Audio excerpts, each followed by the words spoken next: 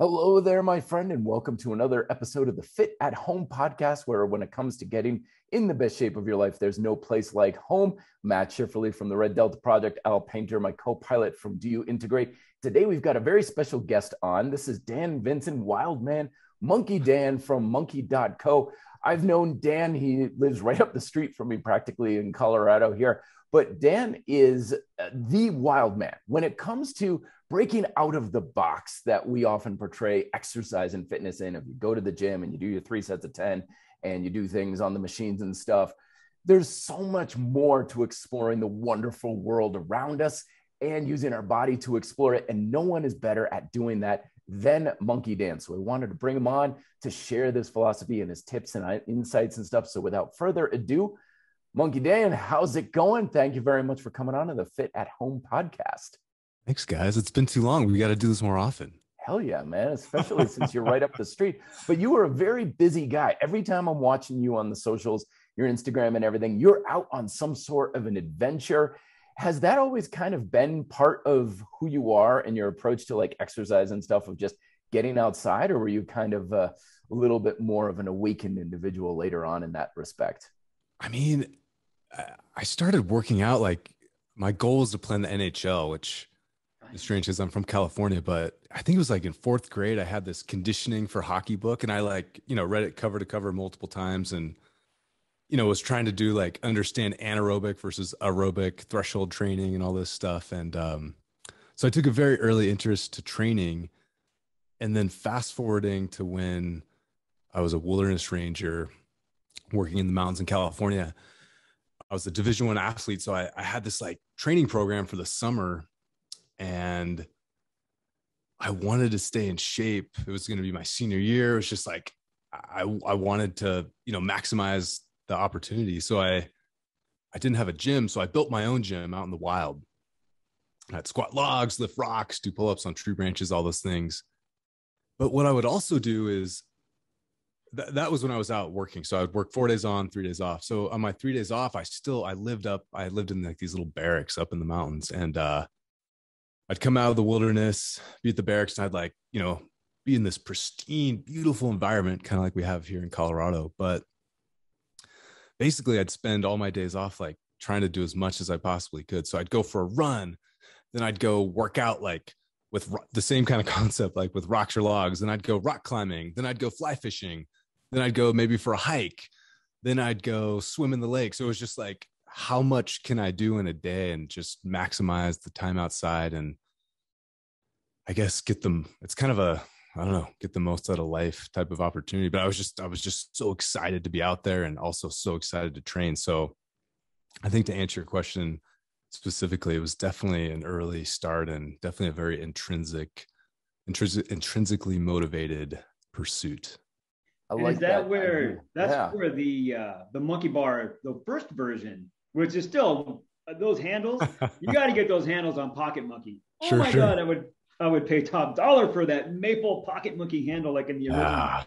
That would be awesome. At any rate, I like that a lot. That's where that came from, right? Because you guys needed some stuff to pull on, and you needed it to be compact. And isn't that how that kind of started to evolve? Yeah, well, it was this twofold thing. One was like, how could you take the quote unquote gym, or how could you take your training into the wild? Like, how could you run up a mountain and work out? And there's obviously various ways you can do that. One way is you don't need anything. You do calisthenics, which, Matt, you've been preaching stuff like that for years. But, if you have a simple tool, we thought you could kind of enhance that. So that was the original monkey bars. And that was an outgrowth of a few different things. One was that kind of minimalist attitude, but then it was also, it's just being outside and moving and training was so awesome. And that was actually our whole original business model. Was basically, it was called the Wild Gym. And that was like these outdoor kind of wild inspired workout areas, like in parks, schools, communities. So they were, I'm sure you guys have seen them, but like there's the old park courses where there's like a pull-up bar, a dip bar, and then like random stretching things. It was that concept, but it was like we were using stone and wood, and it just had this wildness to it. And it had a lot of traction, actually. We had a lot of traction, but it just wasn't a great business model. Selling to municipalities is not recommended. So you brought it into the private sector, which I think is wonderful. That, because I remember that first Kickstarter campaign, a friend of mine was watching that video and she's like, Matt, you got to take a look at this. And I saw it and instantly I was like, oh man, these guys are they're on a whole nother level. They're beating me at my own game, because I've always been kind of building my own stuff. And even in that first iteration, I was like, okay, game over for me. They're so much more advanced than I ever came about. But that was just your level there was so much more advanced to where I was. But that was just you guys getting started. Since then, you've branched out beyond simple suspension stuff. You got the Monkey Bars 2 now. You've got the original Pocket Monkey and then Pocket Monkey 2 and stuff. But you've also gone into other avenues of training like Monkey 360 and so on. And these things have really helped us break not just sort of training in the wild, but breaking the bonds of what we consider conditioning of 3 sets of 10 and push, pull and squat and everything. But it's conditioning our feet and conditioning our nervous system and stuff. Has that always been part of the plan, or is that something you've kind of evolved into? Yeah, it's an evolution for sure. I think, I'm sure like you guys, I consume a lot of books and podcasts about health, fitness, wellness. And, my background in school, I went to school to be a doctor and realized that was not what I wanted to do, but I still had a very strong biological background. So I think I can maybe understand kind of some of these higher level concepts a little bit better. But yeah, it's been an evolution of man, I got into barefoot running, and that evolution and thinking and diving down that rabbit hole kind of led to Stoic, which I'm standing on. Check this out. It's right here. Oh yeah, there we go. Nice. So that's a lot bigger than I thought it was going to be. That's huge. Yeah, man. Yeah, it's legit. And then same thing with 360. It's I think the best compliment we've gotten for 360 was the training is imaginative. And that's probably my favorite comment or review or feedback. And it's just, I think what 360 did was it took, a lot of people they don't like running.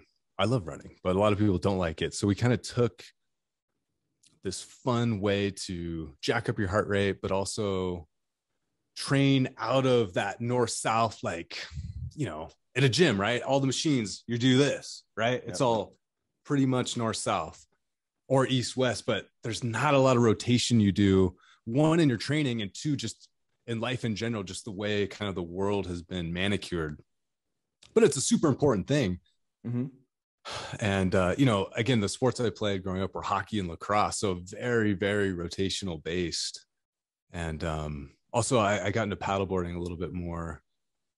And that motion as well was just the most killer core workout ever. So that all these things kind of fused together to create Monkey 360, and then adding in the calisthenics, the agility and plyometric side to it. There's nothing like it. And it's, again, that imagination and that imaginative side to it is just having that palette to paint on is so fun for me. Oh, I totally agree. Now, Alan, you were saying you're getting into paddle boarding a little bit. Yeah, I just did stand up paddle boarding the other day. And it's funny you mentioned that, because when I would come down, there's that push-pull in that diagonal pattern line, right, that even IsoCore and Monkey 360 just pair up very, very well with. And as Matt and I talk about this all the time, people don't dial in their diagonals in their workout programs, and that X pattern, shoulder to opposite hip. And that resistance of that lateral force, especially if you're a trail runner or a mountain biker, you've got that all over the place. You have to train that. And how many times, and I'm raising my hand here because I've done it, have you bent over to pick something up, rotated a bit, I'm not going to be picking anything up for a while. Right. But if you can train that plane, that anti-rotation plane, when you go to rotate, you can do it a lot better. It helps your thoracic mobility, helps your shoulder mobility, your posture.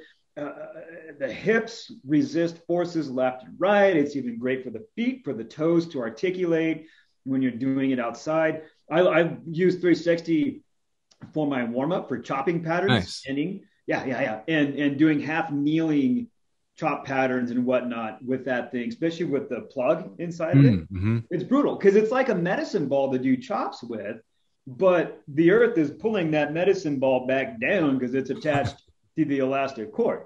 So, folks, if you haven't seen the Monkii 360, check it out. It's a hell of a tool for rotational, or more importantly, anti-rotational training. If you play volleyball, lacrosse, hockey, baseball, tennis, hell, if you swim with that overhead motion, you should definitely be taking a look at that thing.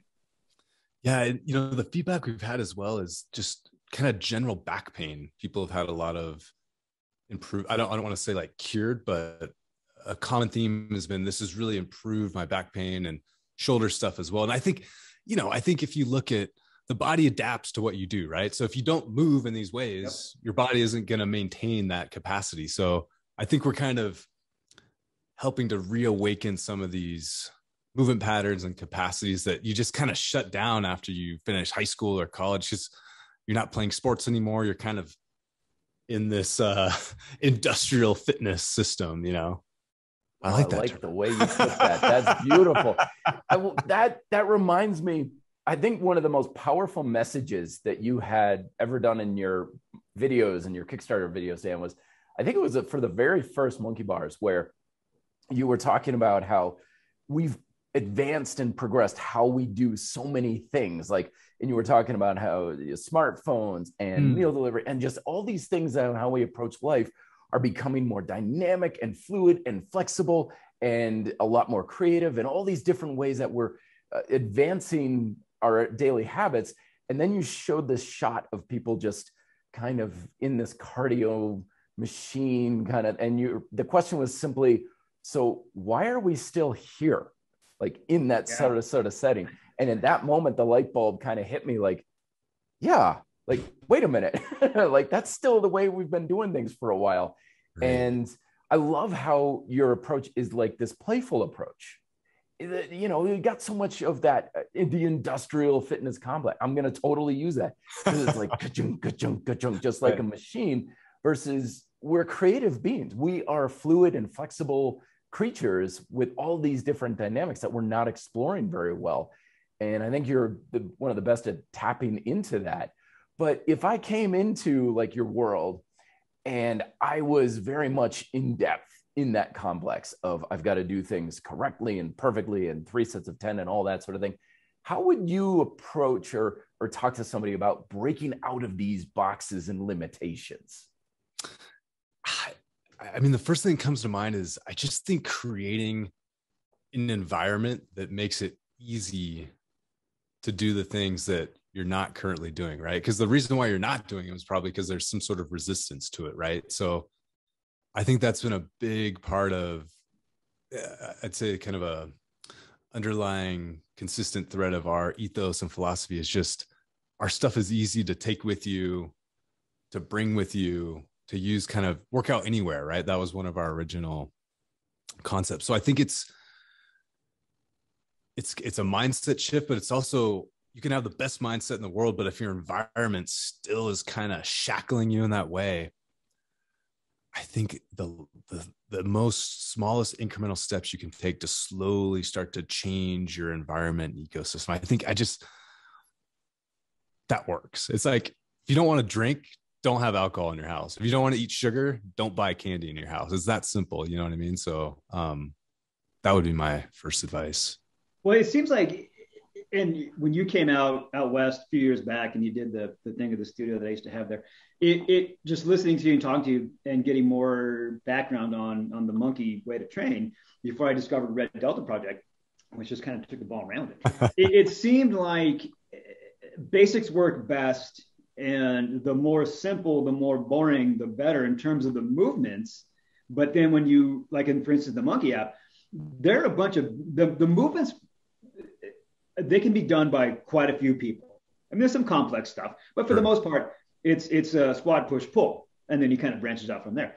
But what you guys have done a really, really great job of it, and is that you have shown people that basics work best. And the more simple you keep things, the better your results are going to be and the more apt you're going to be to stick with what it is you're doing. So you guys have simplified the approach. You removed a big barrier to entry for movement because it doesn't have to be super complex. You grab your pocket monkey, you throw it over the door, fire the app up, 10 minutes later, you've moved, you've de-stressed. And as a parent, you now know movement is so key to loving your children at the end of the day. So you've done that, which then has that mindset shift. And then what you've also done is you've ruined all of my hikes and my mountain bike rides because now my head's on a swivel. That's a great tree. That's a great tree. That's a great tree to hang the stuff from. But it's really done a great job of tying in simple with being out in nature and getting that additional physiological benefit of green and the fresh air and everything else. And it also has that element of play. So well done on that front. Thank you. Appreciate it. Yeah. Moving forward with this playfulness, like I think there's a lot of message out there that in order to be healthy and fit, like we've got to do things just right, or else we're going to have these catastrophic results or totally mess things up. And I think that holds a lot of people back from that creativity, from that wildness. So I always found that getting, like you were saying about the environment, like just getting outside was a big key to that. Because if I go to a gym, I'm going to fall into my old movement patterns and approaches to working out. But if I go to a playground or a river or something, suddenly I've got to start getting more creative. So I'm assuming you explore quite a bit, like you encourage people to get out and explore their areas and where they live and stuff. Yeah. I mean, one of our ideas early on, actually it was in the Monkey Bar 2 Kickstarter video. One thing, it's not impossible to do, but it's just economically impossible for our business. But we want to create a part of the app where you could essentially like geotag workout locations, right? Mm-hmm. So it's like, oh, there's this sweet tree halfway up this trail, here, but it didn't work out. But yeah, it's I think what people don't realize is the potential or what's possible sometimes. Like, again, if you're stuck in the industrial fitness complex, I love that. And you think your workout has to be, 20 minutes on the treadmill and then chest, back, buys, tries, whatever. You're not even going to consider that, oh, I could like go run around the park and then do some rows off a tree. Like it's so basic and simple that it seems to someone that's kind of maybe used to the flashiness of that kind of industrial side that it just seems like, oh, that's not going to work. That's not industrial enough. That's not advanced enough. But, probably what's the best what's the best exercise for most people is probably walking, right? And then you can add on to that, and you can add on to that, you can add on to that. So I talked to this guy, his name's Logan Schwartz. I heard him on, I think it was the Primal Endurance podcast, but he's kind of like this underground dude, but man, he just has the way he talks about training and movement. It's kind of similar to like a Katie Bowman, where it's so high level, yet so basic at the same time that, I've really been maybe in the last 6 months to a year, kind of really going back to just, making sure I have a walking practice, making sure I'm doing these super basic things, focusing a little bit more on nutrition, which was never something I always ate well, but it was never something I really spent a lot of time thinking about. And I've definitely thought and paying more attention to that. And I think a lot of people just need to understand that that's what's most important. And then you can start adding the layers and the layers and the layers. And then, you're doing the crazy mat exercises that I've never seen before. So that's kind of where my mindset has shifted. And it's playing for the long game, right? Like I kind of, I just turned 36 and I'm starting to feel a little bit of that, like, man, my capacity is still good. It's just the recovery time isn't quite as good. And I have other guys and friends I see, and it's like, I'd like to be 72 and still pretty close to where I'm at, which especially here outside of Boulder, it's like, are in and around Boulder and Denver and just Colorado in general, like you get a really good glimpse of what's possible if you take care of yourself. So that's where my mindset has shifted a little bit, where I'm okay sacrificing a little bit of performance to, one, enjoy life more, and two, maintain capacity for longer.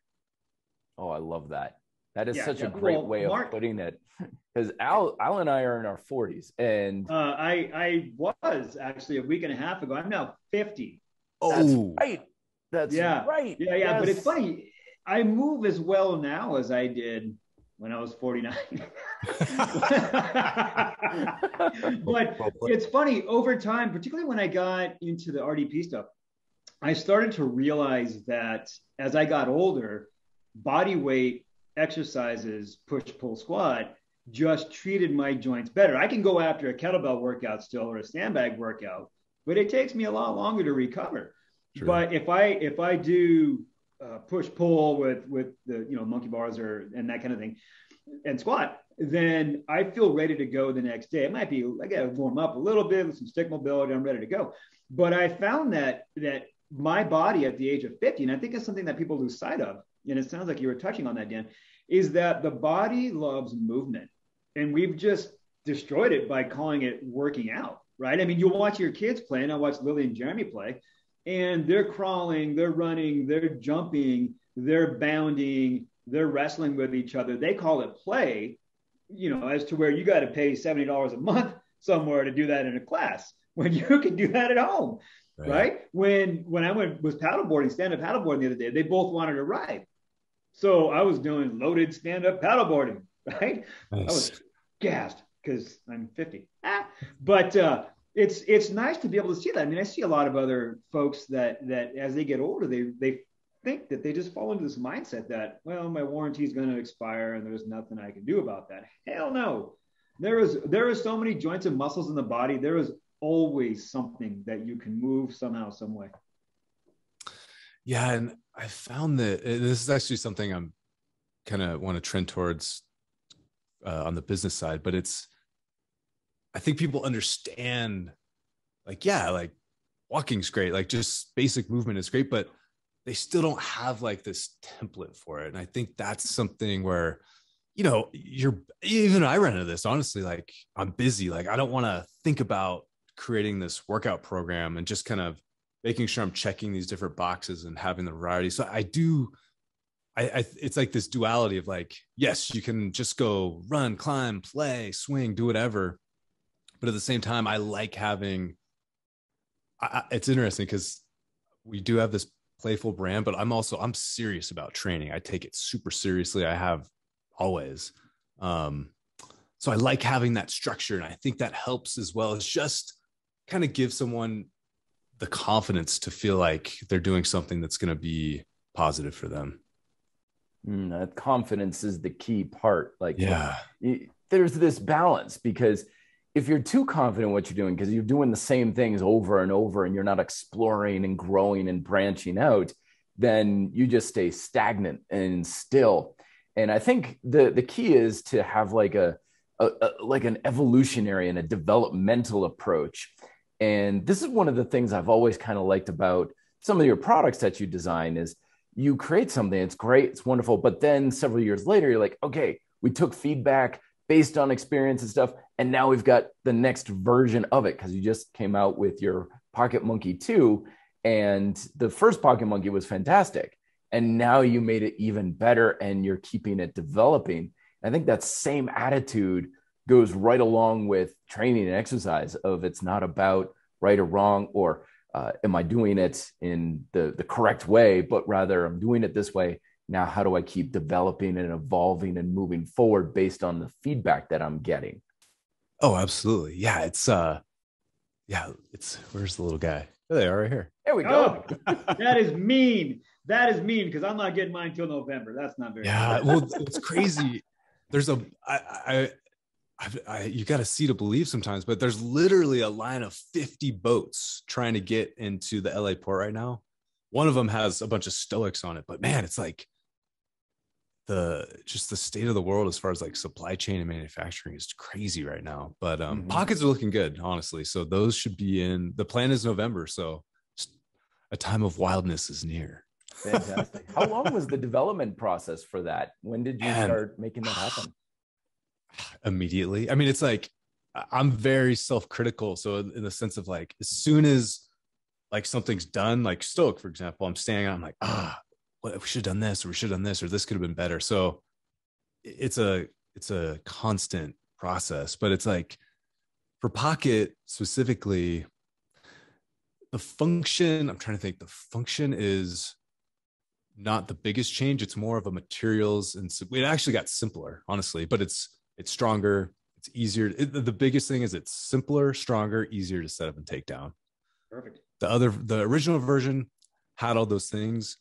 This one specifically, like the door anchor, I mean, you could hang a truck off it. It's just super bomber.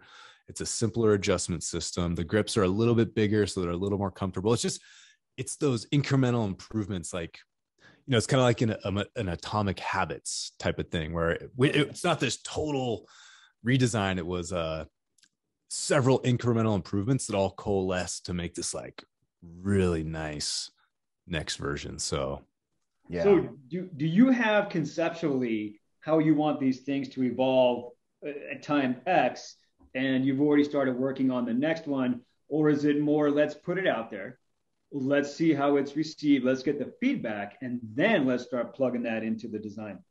It's both, for sure. It's both. It's like I'll have something in my head, where it wants to be, and then it's also like, oh yeah, well, several people have mentioned like this thing is annoying or whatever. So it's like, okay, let's make sure we touch on that. But I think 80% of it is coming internally, I think, for sure.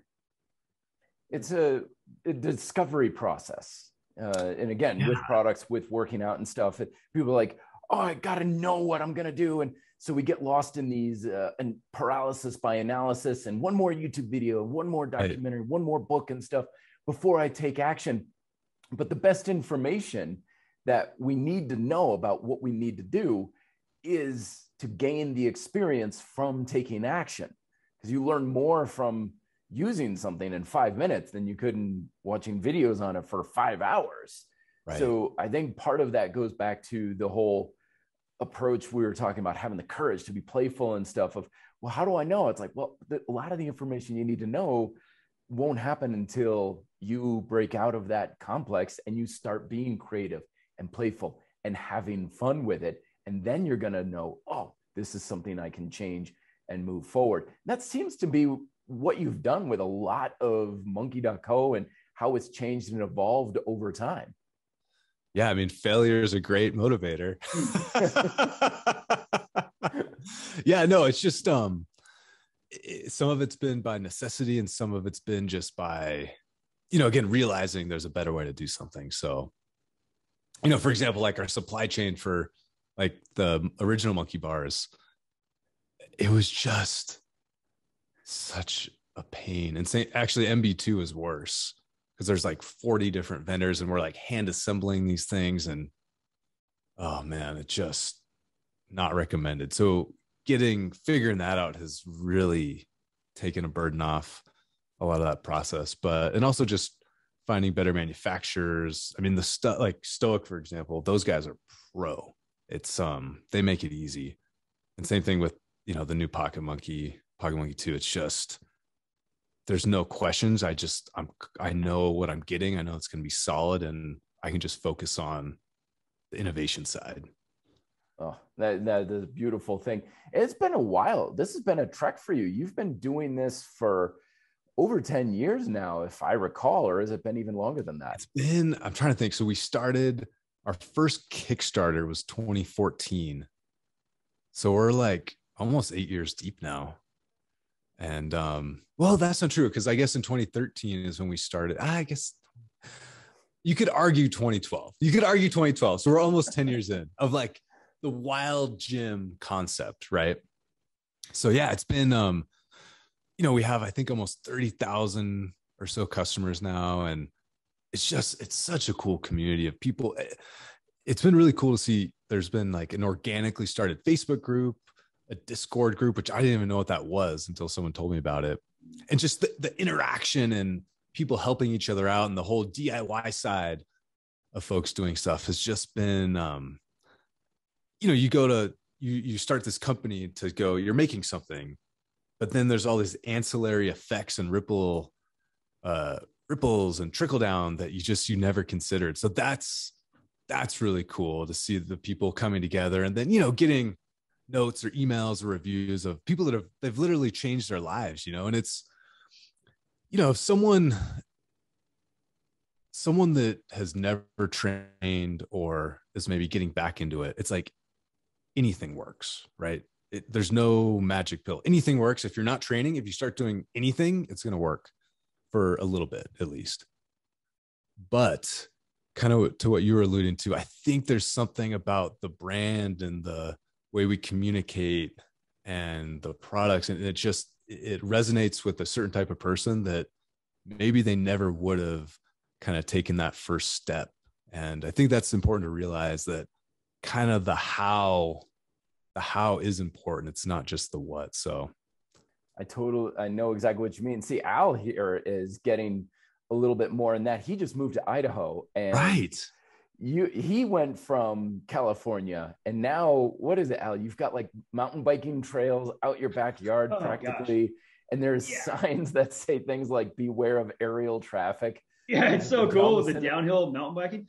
There's a place in the north end of Boise, called Camel's Back Park, and Matt, I don't know if you have, but Dan, the Lion Street stairs in San Francisco. You ever? Oh yeah. Okay, cool. So take the steepest part of Divisadero, right? So that's dirt, that's a fire road. Then about halfway up, put in the Lion Street stairs, and you've got this amazing hill that's about, I think, what did Jill say? About 130 something steps, I think. Oh, cool. I'm sure I'll get blasted if that's the wrong one, right? But there's this, oh man, it was the perfect workout. I did supersets of up the hill, back down, pocket monkey pull, up the hill, back down, pocket monkey press, and it was just like this perfect combination.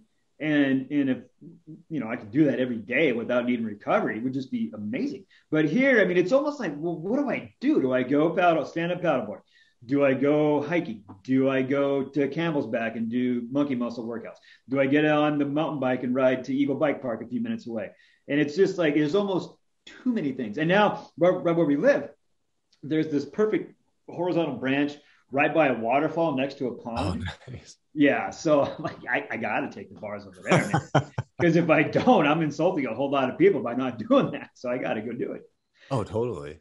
Well, I think, another thing I heard someone say, it's kind of a Katie Bowman thing, I think, actually, but it's like training and workout is kind of like supplements, right? It's like, it's this small part of this pie, right? And so essentially, if what we're doing most of the time, if all we're doing is taking supplements, but we're never eating real food, our diet's not going to be very good, right? And that was the analogy is with training and fitness and exercise. Like, if all you're doing is that 1 hour just going ham, and then you're not doing anything outside of that 1 hour or half hour or 45 minutes, if you don't have this like lifestyle, I think like a lifestyle of movement, then all you're doing is supplemental training. And that's kind of where my mind shifts a little bit, where it's like, I'm going out and going on trail runs, bike rides, climbs, still doing the wild workouts, of course, but the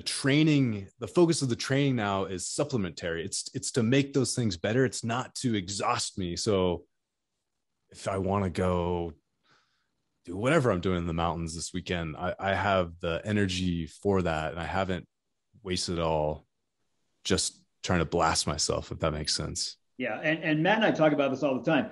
And it's kind of like when your parents tell you something all the time, you're just like, stop, until you hear that outside voice.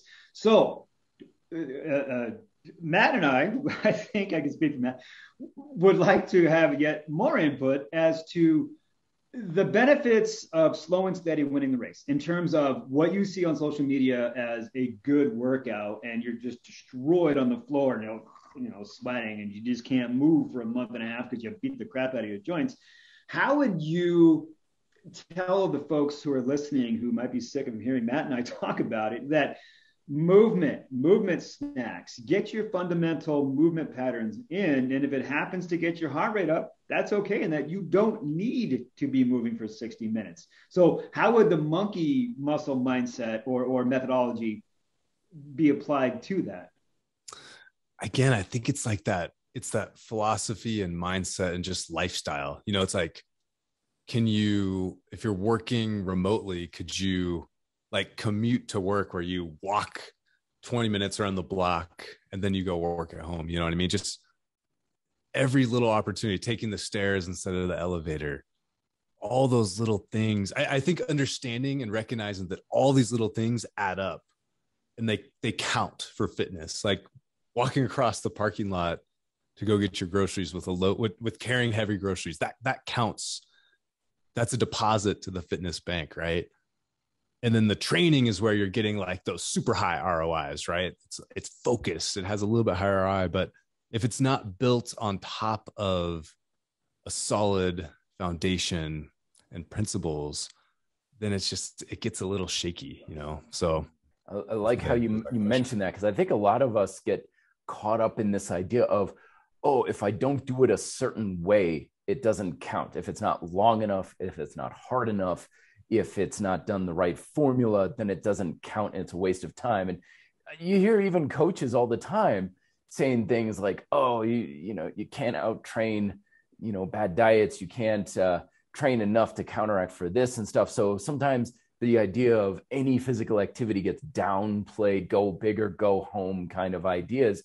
Sure. But you're so right. Like everything counts. Like me just opening and closing my hand like this does something for the mobility and the strength in my hand. If I didn't do that, my hand was in a cast, I would lose that. So it all counts. There's no such thing as an ineffective rep. And that mindset gives us the freedom to be that playful and creative, because we're no longer hampered by it's got to be at least so much. Otherwise, why bother doing it? Because there's always purpose behind it. So it's always worth doing. Oh, absolutely. Excuse me. I think it's kind of like an industrial fitness concept, right? Of like the best workout for everyone. Like the industrial fitness complex has the secret best workout that only they know. And you got to pay a ton of money to know the secret, right? But the best workout is totally, I'm totally spacing on the word. It's totally individual, right? It's a totally subjective thing. So it's like, it's kind of like you either have to use a coach. A good coach would go through this kind of Socratic method of, well, what are your goals? Why do you want to train? What are we trying to accomplish here? What do you value? What makes you happy? All these things. Or you can also do that yourself. Like, why do I want to train? And if you have this reasoning and mindset behind it, then the best workout should be pretty easy to figure out based on those goals or values or objectives. So then how would you tell people that? To me, and I would imagine to Matt, it just sounds like fitness gold right there, because it just is rooted in logic and common sense. However, how would you explain that to somebody who feels like, no, I have to go and I got to do my cardio yoga, plyo Pilates, kickboxing, cycle X class 17 times a week, because if I don't, I'm going to lose my fitness and my whole life's going to go to HE double hockey sticks. So how would you slow somebody down to get them to recognize the fact that go least mode, not beast mode? I like that. Man, we got to use it, by gems in this podcast here. Oh, it's awesome. Now. I think I to me, there's certainly, I don't know how deep I want to go with this, but there's certainly like some psychological factors to training and nutrition that can't be dealt with as simply as like, oh, well, you don't need to do that. I mean, I think there's people that really have like, they're chasing and or running from demons, and they're using like the 17 classes a week for that, right? That person, I think, needs like probably a professional to really dive into some of these issues. I mean, that's just, I remember, I was coaching at this corporation had a CrossFit gym inside the the office building. It was pretty cool actually, but man, sometimes it just turned into like therapy. And I don't think that's a healthy way to approach training. But again, to answer in a more like not so dark way is I think again, it's why are you doing this? What are your goals? Is this making you happy? Like, are you seeing results? All those things. If it's obviously no, then maybe you might want to reevaluate what you're doing and maybe take a little bit more, like at least a different approach, right? Mm-hmm. It goes with that saying a mentor of mine once told me is like training should be a time and a place where you lose yourself and you find yourself at the same time. And I personally, maybe it's because I grew up being outdoors and stuff like you, Dan, but I always found that if I can be outside, it's like my brain processes things so much better. If I was indoors on an exercise bike, I just kind of be looking at the clock and looking at my heart rate and being like, okay, how much more time do I have to do this? But if I go out for a bike ride, all of the stuff that's happened in the past week or even month, emotions, thoughts and stuff that needed to be processed and analyzed. And I come out feeling like I just understand situations and myself a lot better. And it's just something about that. Get outside and just move and don't be constrained by those constructs. And I think that's a big advantage that we have with using your methodology and your products and stuff, is because it allows us to do that versus get stuck, check off the box. That's my next thing to do. Okay, time to go pick up the kids. And it's just one more thing on that the industrial fitness complex that we're just on the treadmill with. You know, it's funny. It's interesting you mentioned that, because that's like my best ideas come like on long hikes or trail runs when it's that kind of flow state, right? And just reflecting on, I'm like, I don't really think I have that same experience when I'm, training in a more formal environment. And you also made me think of like, I used to work at it was technically a CrossFit gym. This was like in 2011, but it was like attached to a climbing gym in California. It was all outside. The whole gym was outside. It was just a little covered area. We had like a container with, weights, kettlebells and whatnot, and pull-up bars mounted to the wall. But, it would be like 100 degrees in the summer, pretty cold in the especially early mornings in the winter. But I felt so much better doing the same exercises you could do inside, but just the fact of being outside, I always just felt better.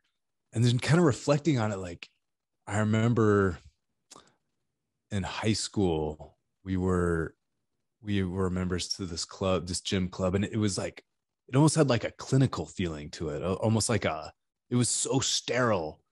It was like clinical. And I remember like not feeling right afterwards or something. It felt like such a curated and such an artificial environment. Like I always felt kind of lethargic in there, but then in this like kind of gritty, uncomfortable outdoor situation, it's like I felt better, even though it was uncomfortable. It's interesting to think about it that way. So you're saying the best way to cleanse the soul is to get the body dirty. In other words, get out, get muddy. Because I would go on bike rides and be muddy and dirty and stuff. But inside I felt so cleansed. It's a cathartic experience to be doing that. Al, you getting much of that up in Idaho now that you got those mountain bike trails there? Yeah. It's been a little tricky to get outside lately because of the AQI numbers, but it's funny when I don't. Oh man, I'm squirrely. I am squirrely. Like the other day, I had to get outside and move because I just haven't been able to. And I was like, you know what? I'm going. So I got our push mower. We have a people-powered lawnmower. Oh, nice. Yeah. Oh yeah. Gosh, yes. And I just went, and I felt better after even just 15 minutes. I did it barefoot so I could get that grounding of the feet on the grass and everything. And I was just like, That's also, I did the exact same thing yesterday, actually. The real mower, man. It's what's up. Right? And my neighbors look at me like, what's wrong with that guy? Doesn't he know they make them with motors now? Right. But it's just like, it's actually a great workout if you treat it with intervals. Like Jeremy and I, we run all around the yard, and today we want to cut it, but we want to make it circular, like on a baseball diamond, right? So we're getting a little creative with how we're going to cut it. But it's just fun. It's very weird. I find it fun. When I was a kid, my father told me to go use the push mower and cut the lawn, I'd be like, yeah. But now I look forward to it because it's additional exercise and a way to just get outside. Just an opportunity to train, man. Right. Well, and one more thing you made me think of about kind of going on the long runs or rides or hikes is I don't know the specific physiology of it, but I was talking to, it was the same guy, Logan Schwartz. He had mentioned there's something about the walking motion and how that kind of helps essentially stimulate this cross brain connectivity, left, right. I don't know. I haven't looked into it in depth, but it made total sense to me. And it seems like, you know, if you think about human evolution, like walking was that's what you did all the time. And there's got to be something to that as far as just mental health, basically. Yeah, well, the original strength guys get into that. Tim Anderson talks about the benefits of that cross patterning and the different parts of the brain that get fired up. Right. So yeah, you're spot on with that. Well, I mean, think about it. What was our primary mode of transportation? You've seen it with your kids. It was crawling. Right. I mean, that was how we learned to strength train. That was how we learned to connect our brain to our muscles moving bones. And we've just gotten away from that because of, I'll jump in, I'll do a little hat trick here, the industrial training complex. And people forget that. Right. It's amazing. Like, I have two girls, the way they squat, it's a work of art. I mean, it's a beautiful thing. I'm interested to watch like how, as long as they keep doing it, is it going to stay? Hopefully it just stays like that forever. You know, it'll be interesting to see as they grow up, and, you know, we'll do our best, and I'll definitely do my very best to make sure they maintain, you know, that free form capacity. But it's interesting to see kids, how they have kind of like this what's the right word? They move without hesitation or thought, but it's so fluid, like unbridled, unrestrained. Like they're unrestrained. That emotional resistance that people have to. You mean I could just go and like just break out a pocket monkey and start doing work? I don't need to follow a correct formula. And what days am I doing arms versus legs and stuff? It's like, no, just go. Just go and be a kid again with your training. Be playful. Totally. Have fun. When it's discussed, you know, I think, you know, seeing your following grow, Matt's like, you know, I think people are just, there's a lot of people in the world. And I think just people resonate differently with different people, but seeing kind of this discovery and exploration that you offer is really cool to see as well. And just, you know, I think a lot of people, like, they're busy, right? They don't have time to dive in deep to this stuff. So if someone can kind of synthesize and present what they feel is best, probably for themselves and most of the people they're interacting with, like, that's such a awesome resource to have. Well, between R.D.P and Monkii, if I can do a shameless product plug for you both at the same time, the last 18 months have had a little bit of stress, you know, let's be honest. And I think one of the things that the two houses of fitness have done is get people to realize that you've got mental stress. Why do you want to add unnecessary physical stress onto that? Right? Because I think people lose sight of the fact that physical stress still is stress on the body. Yeah, it helps with mental stress to some extent, but it's still stress. So if you have a simplistic approach to your movement habit, right? Don't work out, people. Develop a movement habit. Then I think that it works better. And I think that the messaging the two of you have is so dialed into that.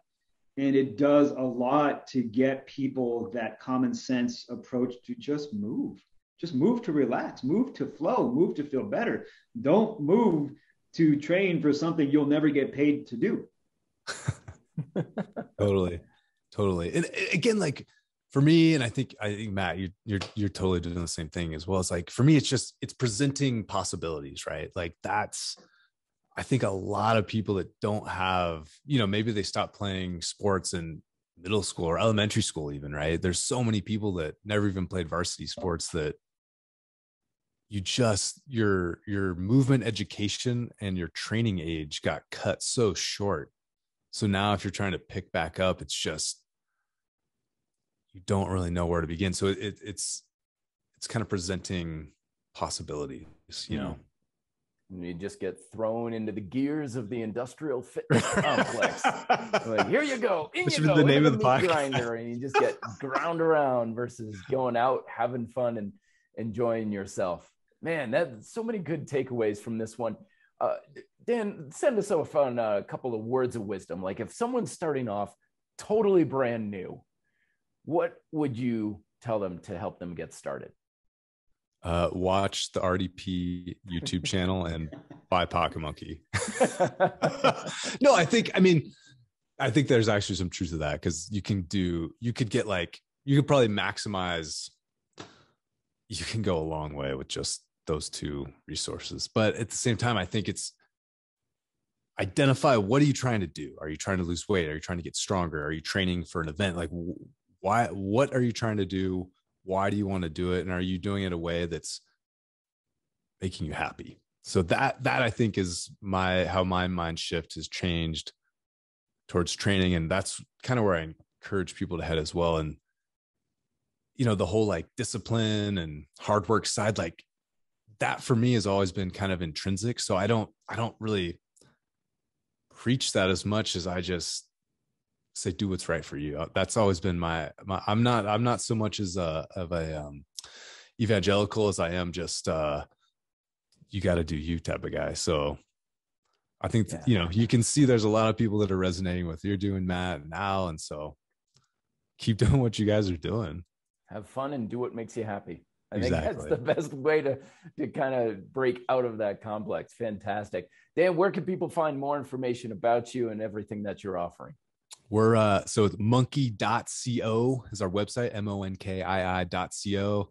I'm on Instagram at monkii.co. And I think my personal handle now is, I think it's Wild Dan Vinson or something like that. If you just search Dan Vinson, I'll pop up on Instagram. But anyways, yeah, it was great chatting, guys. Awesome. Thank you so much for your time. Al, thank you so much for coming on. Dan, I really appreciate you guys coming on here. And again, there's links down below to all the resources, dear listener, if you just want quick access to a bunch of Dan's stuff. And of course, Al and my contact is in the description as well. But thank you so much for listening. Till then, this is Matt, Al, and Dan telling you to stay strong and lead by example.